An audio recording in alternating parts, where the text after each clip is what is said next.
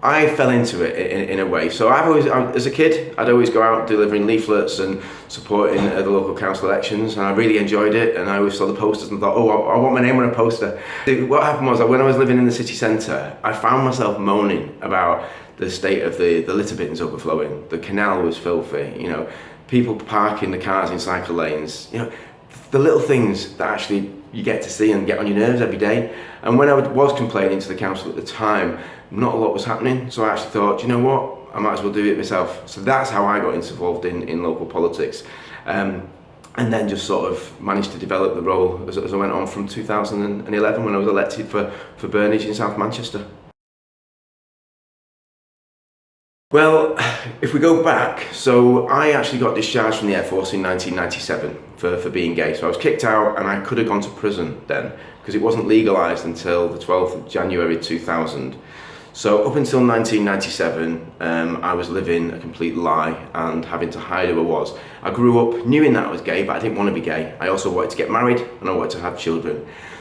The only role models that we had, or the only people that were visible, were your Larry Graysons, your Julian Clarys, very camp, very flamboyant, but that was the only sort of role model. And I felt there was no normal gays out there. So I entered the competition in 2000, 2001 for Mr. Gay UK, and I won that. And the reason why I went for it was to try and normalise who we are, and the fact that it wasn't just a mincing queen going down the street, or some very camp and flamboyant, or a muscle Mary as it was. It was the fact that, I'd done normal jobs. I'd been in the Air Force, I'd been in the fire service, I'd stacked shells in Asda. I was normal, but I was gay. And for me, I think that was one of the reasons why I wanted to sort of try and get that on the radar, to sort of normalise who we are. And then in 1999, we had Russell T Davies wrote Queer as Folk. And I think, some people found it sort of, with the village, it opened the village up to a lot of other people. But I actually think it was really important to have that visibility. And if we look at where we are as gay men from Queer as Folk and Russell T Davies' programme, we've moved on leaps and strides in that time.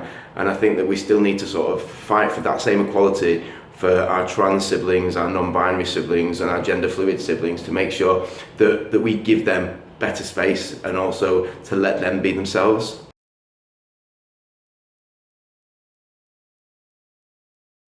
I was really proud of that because I went for it, and I was told that, why do you want to go for that? It'll be the end of your career, and also the fact that, you've not been on the council long enough. What do you know? And I'm like, look, Manchester is where I'm born and bred. I love Manchester. I've lived in North Manchester. I was born and grew up in Crumsall. I lived in the city centre. I live in South Manchester. So I know Manchester very, very well. When you looked at the pictures in the town hall, all you saw really was they were very stereotypical, people of a certain age. They looked a little bit like the Fat Controller out of Thomas the Tank Engine. And I say that with the greatest respect, but I don't think it was representative of our city. When we look at Greater Manchester, we've got over 215,000 people identify as LGBTQ+. Whereas when I actually managed to become Lord Mayor, I won it, but also when they first were going to put the news out, it was just new Lord Mayor of Manchester. And I wanted to own that. I wanted to make sure that, if you're going to be the first at something, you've got to promote it. So I came out, first openly gay Lord Mayor, because I was also willing to take on any of the criticism that might come out or any of the backlash, and there was none of it. If anything, everything was positive.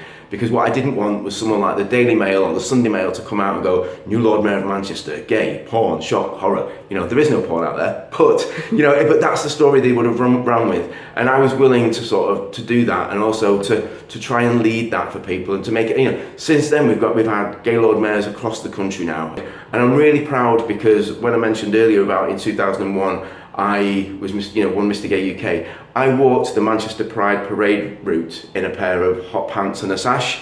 15 years later, I'm doing that same parade route as Grand Marshal, but as the civic head of Manchester. That shows equality, and that shows how far we've come in just 15 years.